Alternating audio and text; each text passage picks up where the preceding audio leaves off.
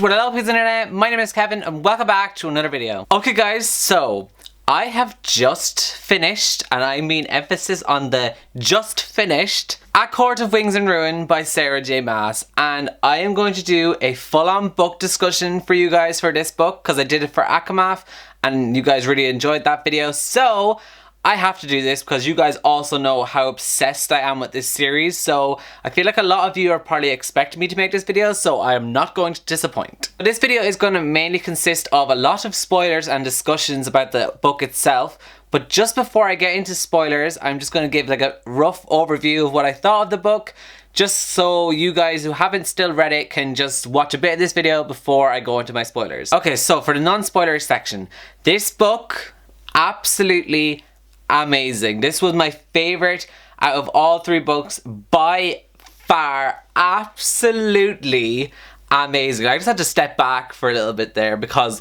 this book, I just can't. The emotions I felt throughout this whole book were just ridiculous. This book, oh my god.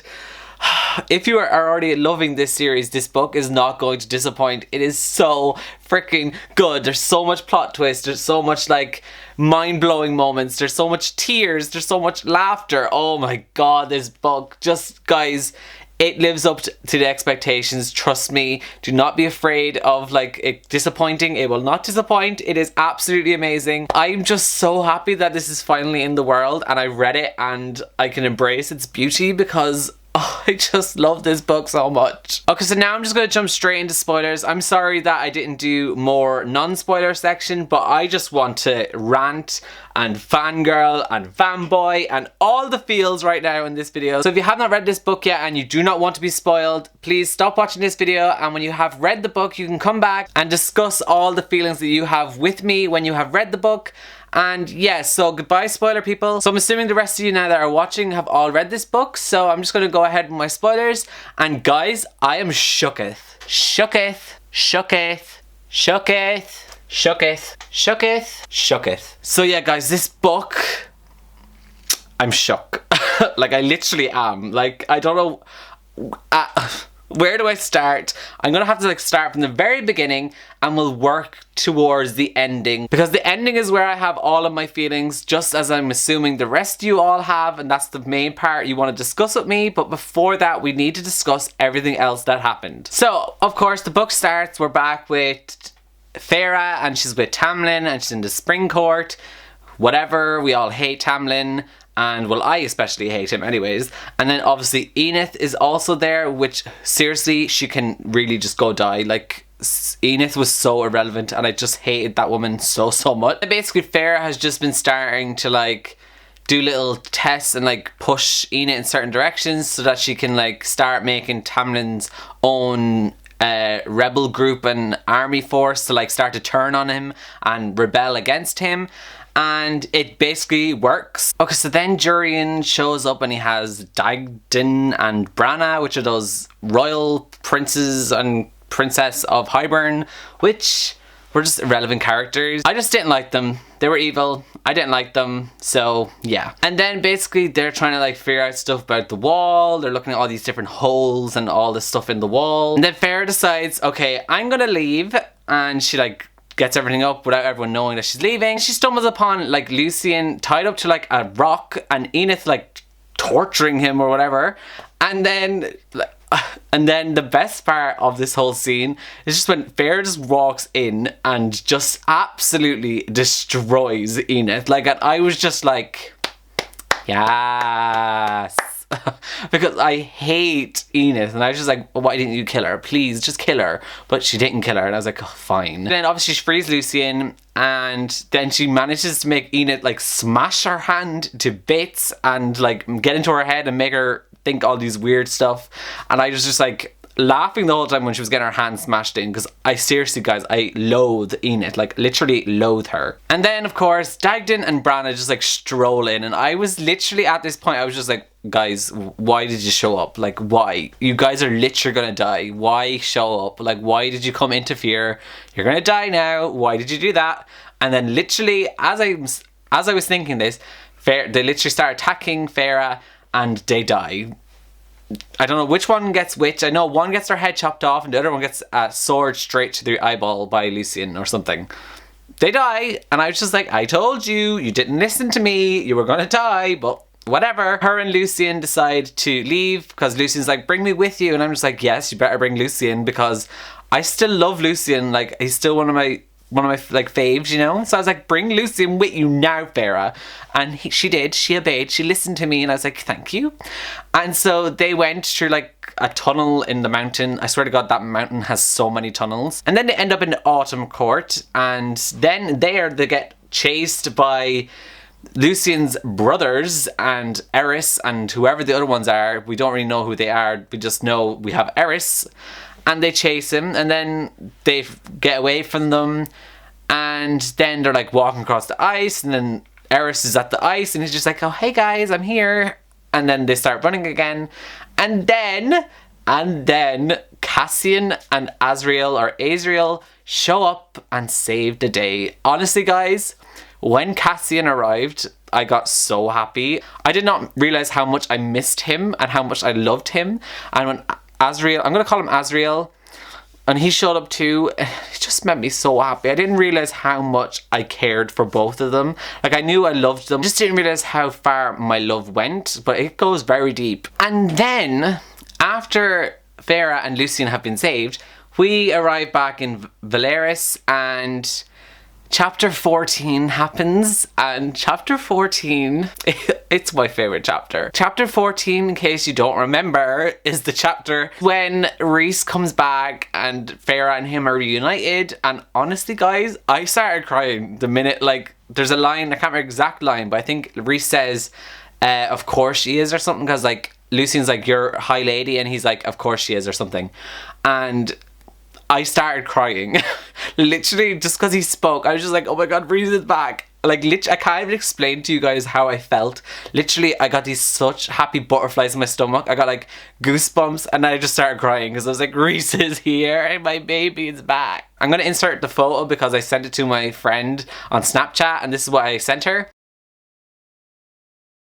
And yeah, I was an emotional wreck because I was just so happy that Rhys was back in the world, and I cried. Like, it was so sad, but I don't care. I was just so happy. So my little fanboy and fictional boyfriend was back into the world, and I was just so happy that my baby was back, and I just love him so much. And then basically they all start thinking about all these different stuff for war, and they're trying to figure out what's going on with Elaine because she's like not speaking, not like eating. She's barely even responsive at all, so we don't know what the hell is happening with Elaine.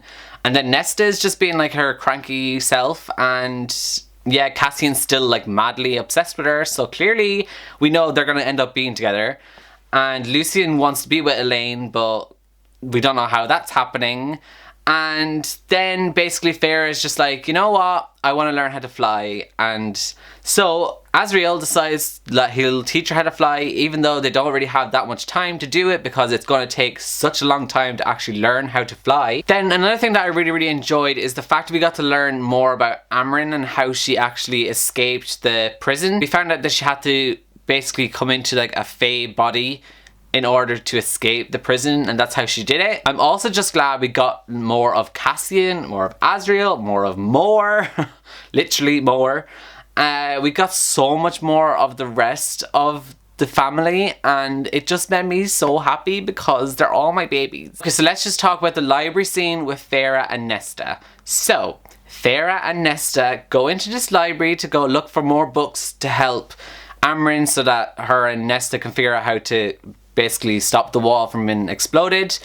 And then these two ravens show up, and they're basically there to steal back Nesta. And then they decide to run down to the bottom of the library, where we have learned that there is some weird beast down there that managed to scare Cassian so much that whenever it's brought up to him, he shudders and just goes pale. So like, I'm thinking, don't run that way because clearly it's not a good situation to go into. But then also at the same time, I'm like, I really want to know what is at the bottom of this library. So then they go down there. We still don't actually find out what the hell is down there. We just hear Farah talking to her and asking it to kill the ravens for her, which it did. I don't know if it's a male or female. I don't know. and it managed to kill the two ravens. Cassian and Rhys both showed up, and Cassian was just like, do not open your eyes. So we still don't get to know what the hell is at the bottom of the library. So then after the library scene, we have the meeting with all the High Lords, and shit goes down at this meeting. They all just basically fight and argue the whole meeting, which they all were like betting on to see how long it would take until fighting started. But what really irritated me in this meeting is when Tamlin showed up, and he is just being the jealous ass bitch. Like, I'm just like, Tamlin, sit down. Please do not make me hate you even more than I actually do.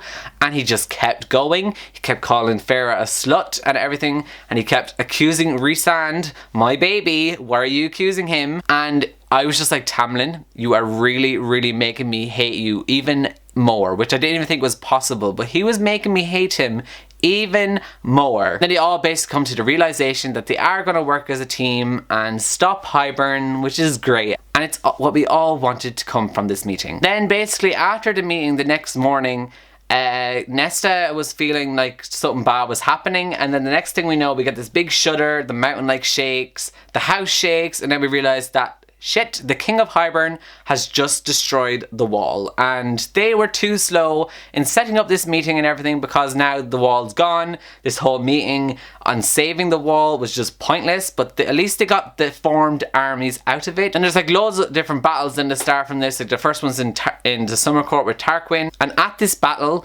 Farah and Mor like are just beasts and literally slay everyone in the palace in the Summer Court, and they're just like amazing. You're just like, wow, they are badass.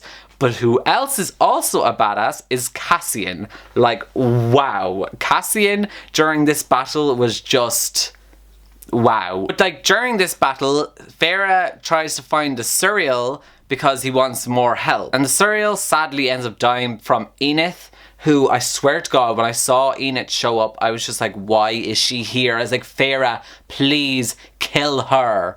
And then Farah like lured her into like the Weaver's house, and then we hear the screams and we know she's dead. And honestly guys, my whole face just lit up. I was ecstatic that she was dead. I've never been so happy for a character to die in a book. Like, I was so happy. Then we find out from the Suriel that Amber needs to look at the second page and the second last page of the spell book, and she will find what to do with the cauldron. So we're like, okay, we got valuable information from the Suriel before he unfortunately died, which was quite sad, to be honest. Then we like learn that Jurian's actually a good guy, and he's kind of been like a snake or a spy with Hybern, and I'm just like, what? Like, what? I did not see that coming. And I was just like, you've been working with us this whole time, and here we all are thinking we hated you, but now we end up loving him, and it's just like, what? So then after that happened, we go back to the camp. They're all just like watching Cassian get better and stuff like that. And then like a cauldron song starts happening, and honestly, this cauldron song singing just reminded me of Hocus Pocus. I don't know if you guys have seen Hocus Pocus, but do you guys know the sister or the witch Sarah, and she sings a song to lure the children to the witches' houses? This was what this reminded me of. Like, the cauldron was singing to lure Elaine to it. Elaine ends up being taken by Hybern and the cauldron, and then we're like, right, okay, now we need to go rescue Elaine. Azriel and Farah decide they're gonna go save her, but Farah is going to disguise herself as Enith so that she can get back into the camp unnoticed. And obviously Azriel, as he's like the guy with the shadows, he's able to make himself invisible anyway, so it's all G. And they get in there, and like Jurian's kind of helping them out and getting to where Elaine is. They get Elaine out, and then they just basically start running. And then they start getting chased by like hounds, or like Naga hounds, and shit's going down. They're getting chased, and then Farah gets shot with an ash arrow, and I'm just like, oh my god, you need to get out of this area right now. And then out of nowhere, Tamlin just jumps in and saves her from the hounds, and I'm just like, wait, what? And then we find out that Tamlin is good, and he was being a spy also with Hybern, and he wasn't allying with them. And I'm just like, what? And now I'm like, but now I can't hate you that much because you're good. And I'm like, what do I do? Do I hate you? Do I love you? And I still am very mixed opinions about Tamlin. Like, I don't hate him as much as I used to, but I'm not loving him either. I'm kind of just like okay with him. Like, I'm on speaking terms. And then because earlier on, Mor and Farah had a big argument where she was like, you should just tell Azriel that you're his mate and what all this kind of stuff. But then we find out that Mor is a lesbian. And guys, you don't understand how happy this made me. I was just like, finally, Sarah J. Maas has put diversity into her book and made a relevant queer character. It made me so freaking happy. I was just like, oh my god, thank you, thank you. And I just love Mor now. Like, I just love her. She was always my baby anyways, but now like I have more warmth for her. And then we have the massive battle, like the main battle, the thing we bought our tickets for when we bought this book, the battle we have been waiting for, the massive one. And then we have the battle about to start, and Rhys is making his big massive speech to everyone, and he's like thanking Cassian for being his brother, and Azriel and Mor and Amren, and he's just thanking them all, and I'm just like, stop saying thank you, they're not gonna die, stop saying thank you. But he just kept saying his thanks, and I was just like, nope, someone's gonna die. Someone's gonna die. And then basically the battle's happening, everything's going kind of steady, like the bone cleaver, the thing that's in the bottom of the library ends up coming to the fight, and also the weaver in the cottage comes and helps. Everything's actually going alright. And then all of a sudden Hybern start using the cauldron's power and basically destroys half of like the army, and I'm just like, okay, wow, thing is powerful. And then they use it again, and it's just like, oh well, this is great, we're gonna lose now, great, everyone's gonna die, this is just fantastic. But then, just before we think everything's going to hell, everyone's gonna die, no, because what happens? We see boats coming in the sea, and they're coming towards the shore, and who is it? It's Dracon and Miriam and Queen Vassa, because Lucian managed to find her and get her to come. And then we realize that Farah and Nesta and Elaine's father is also there, and he's coming towards them with 3 ships, and they're all named after his daughters. And then basically to set up this plan that they're going to distract Hybern so that Amren and Farah can get to the cauldron, while Cassian and Nesta like distract him in some way. I honestly didn't really understand what Cassian and Nesta were supposed to be doing, but whatever. Amren and Farah get to the cauldron, and Amren and Farah are touching it, and then Amren just closes the spell book and throws it away. And I'm just like, what are you doing, Amren? This wasn't part of the plan.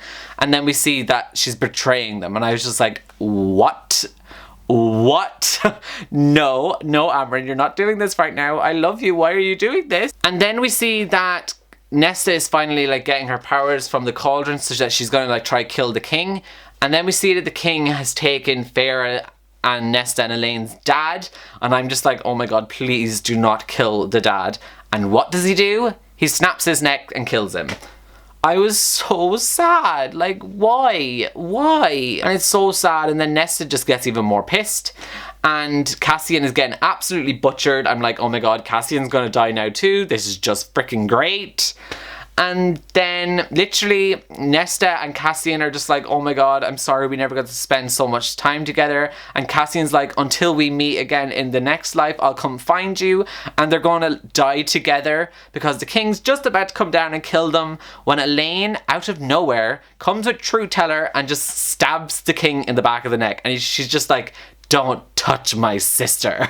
And I'm just like, bravo. I underestimated you, Elaine. I really did. And then Nesta just gets up and basically just completely severs off his head, and he dies. We realise that the whole reason Amren's doing this is because the Suriel had told Farah a way to get Amren out of her Fae body and to go back to her original self. So she gets in the cauldron, Farah does the spell, and then this massive beast or whatever flies out of the cauldron, and it was what Amren originally was, and she basically just ends the war, like just ends it, and the cauldron breaks apart and she just destroys everyone. And then the cauldron is just like leaking, and like the world is going bad, so the whole world's just going to end because the cauldron is leaking, and if the cauldron ends, the whole world ends, or something like that. And then the really sad part happens, and Farah's fixing the cauldron, and Rhys is just like, I love you, you can do this. And she's still doing it, pieces are going back together, and he's just like, I love you. He says it one more time, and then she's like, oh my god, I fixed it, Rhys, I did it. She turns around, Rhys is lying on the ground, he's not breathing. And then it says Rhys is dead. And my tears just... Sarah J. Maas is not doing this to me right now. Like, this is not happening. This isn't happening. And I kept reading and I was just like, oh my god, he's really dead. He's really dead. And then they all start to put like their power into him and try to do what they did to Farah back in ACOTAR. And it's not really working. And then Tamlin comes up and does it and he's just like, be happy, Farah. And he gives his power to Rhys, and then Rhys comes back to life and he's just like, I'm sorry to disappoint you all, but I did not thieve any of your power. And it just made me laugh so much. And then like one of the other High Lords are just like, well, you do know how to make an entrance. And it just made me so happy that he wasn't actually dead. And then also we find out that he brought back Amryn, and she is now a fully High Fae, and she's no longer any ounce of her old self. She is 100% High Fae, and it's just great because everything is back to being happy, and it just made me so happy. Anyways guys, I'm gonna end this video here because this video or book discussion has been really long, and I'm sorry if this was literally all over the place and I was just literally fangirling about certain parts that happen in the book. Anyways, let me know down below what you thought of ACOTAR, what your favorite scenes and everything were. Just let me know down below. I will love to discuss this with you guys. And yeah, other than that, I will see you all in my next video. So goodbye guys.